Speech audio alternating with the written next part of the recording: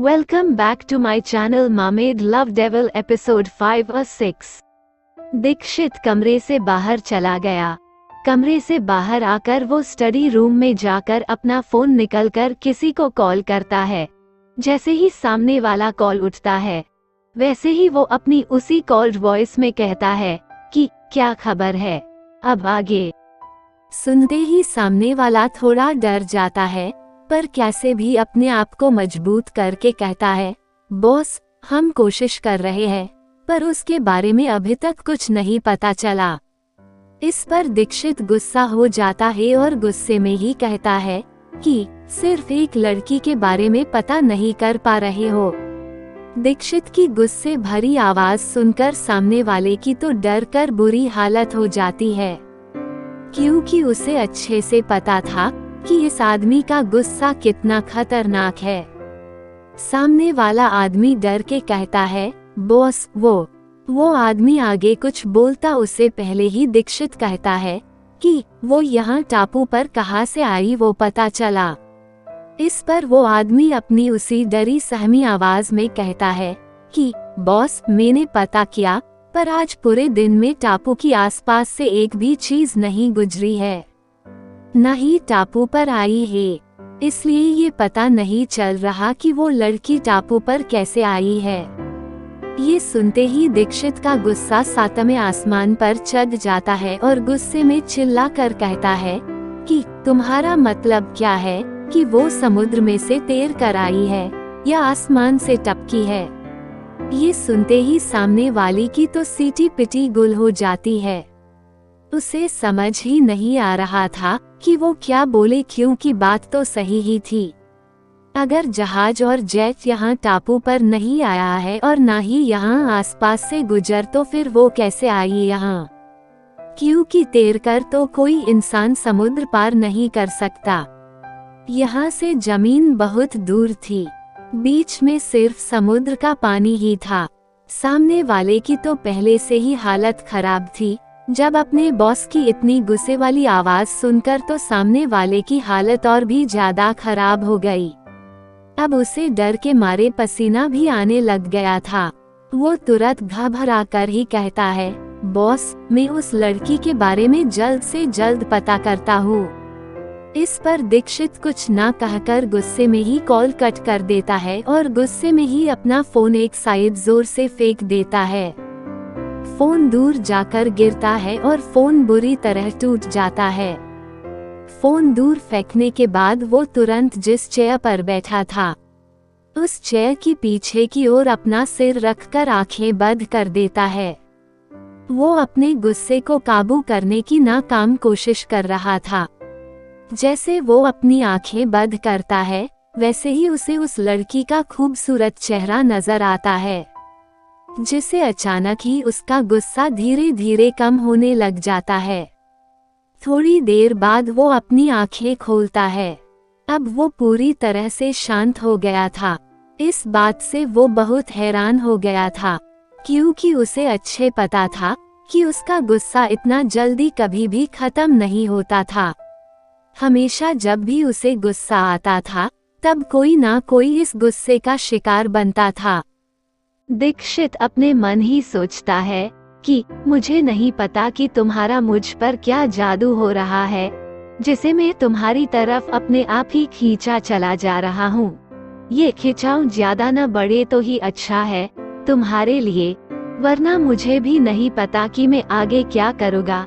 दीक्षित ने पहले की किसी को कहकर उस लड़की के बारे में पता करने को कह दिया था, जिसकी वजह से कुछ लोग पता कर रहे थे, पर उसको कुछ भी पता चल नहीं रहा था, जिसकी वजह से दीक्षित इतना गुस्सा हो रहा था, क्योंकि आज से पहले ऐसा कभी नहीं हुआ था कि वो किसी के बारे में पता करना चाहे और उसे पता ना चले।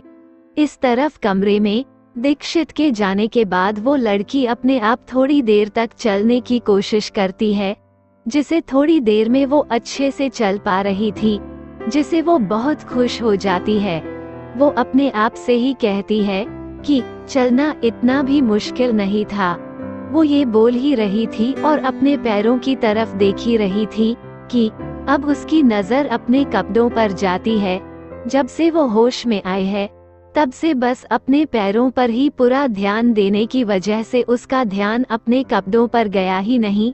अब वो अपने कपड़े देखकर कुछ पल बस अपने कपड़ों को ही देखती रहती है, फिर सिर उठाकर आसपास देखकर जल्दी से कमरे के शीशे की तरफ जाकर शीशे में अपने आप को ऊपर से नीचे तक देखती है। वैसे तो ये सारी चीजों के साथ ये आईना भी उसके लिए नई चीज थी। पहले ये सारी चीजें देखकर वो हैरान और कंफ्यूज थी, पर जब से उसने उस डेविल का दिमाग से उसकी सारी यादें देखी, तब से ही ये सारी चीजों के बारे में उसको पता चल गया, जिसकी वजह से भले ही सारी चीजें उसके लिए नई थी, पर उसका इस्तेमाल करना उसे आ गया था। अपने आप को देखकर बड़ी मासूमियत से कहती है कि ये कपड़े कितने बड़े हैं, इसी में कितनी छोटी दिख रही हूँ। सच में वो डेविल मुझसे कितना बड़ा है। वो इस टी शर्ट और लोअर में छोटी बच्ची जैसी लग रही थी। उसके लिए वो दोनों कपड़े बहुत बड़े थे।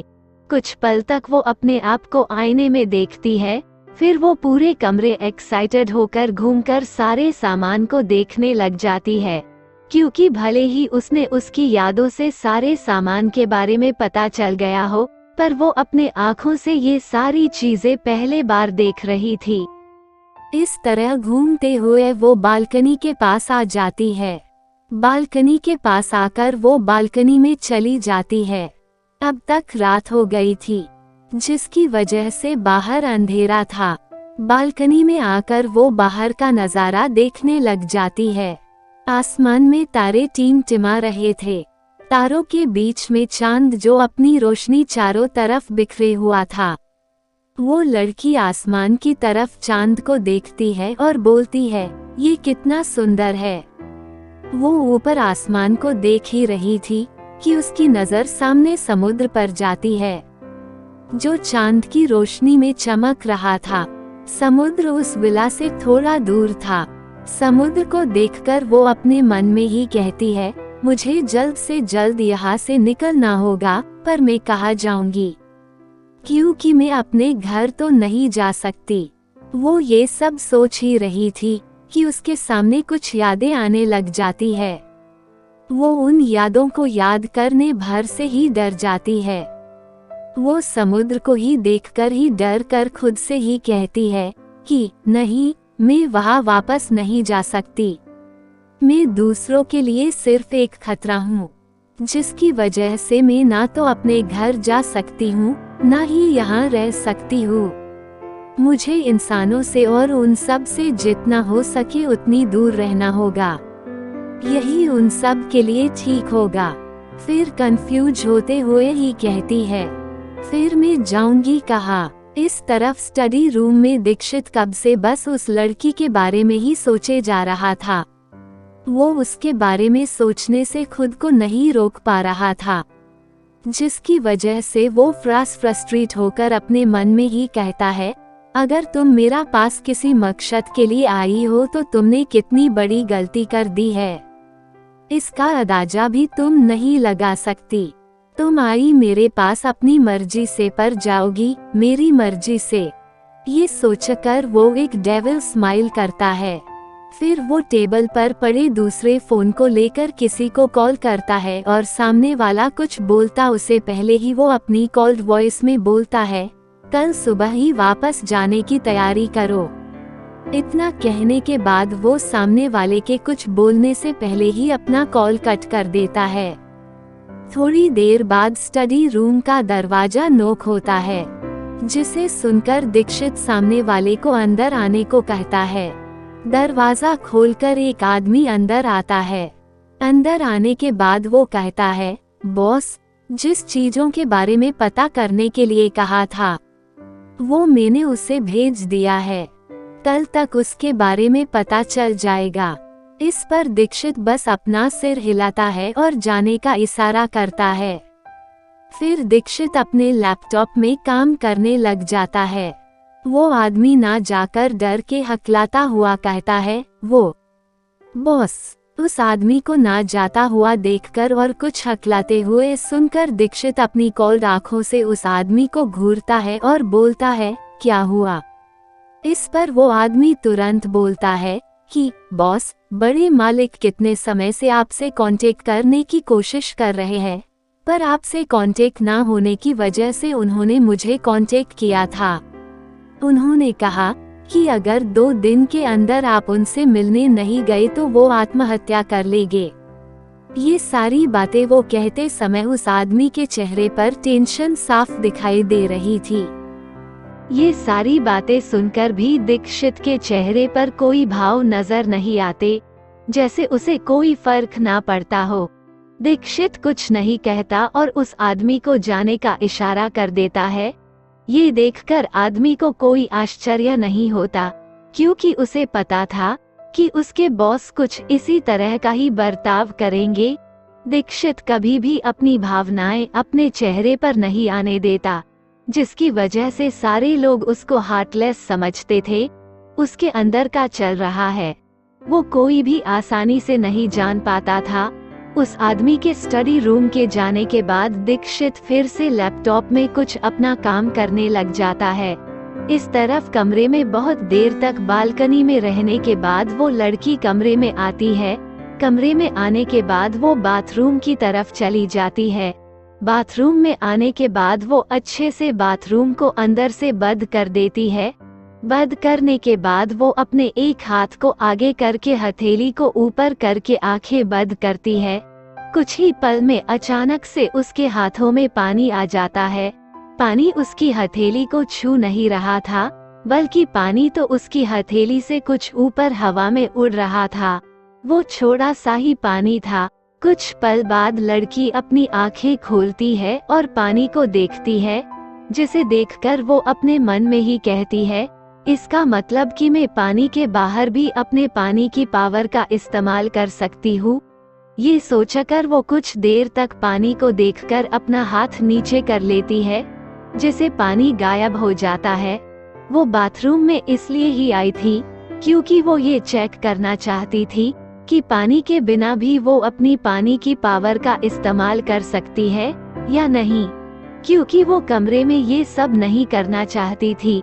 वो गलती से भी ये सब किसी और को देखे जाने का रिस्क नहीं लेना चाहती थी, इसलिए वो बाथरूम में आई थी। ये चेक करने के बाद वो वापस कमरे में आ जाती है और बेड पर लेट जाती है। इस कहानी को आगे जानने के लिए मेरे साथ बने रहे। अगर आपको ये कहानी पसंद आ रही हो तो इसे लाइक, शेयर, कमेंट और सब्सक्राइब करना ना भूले।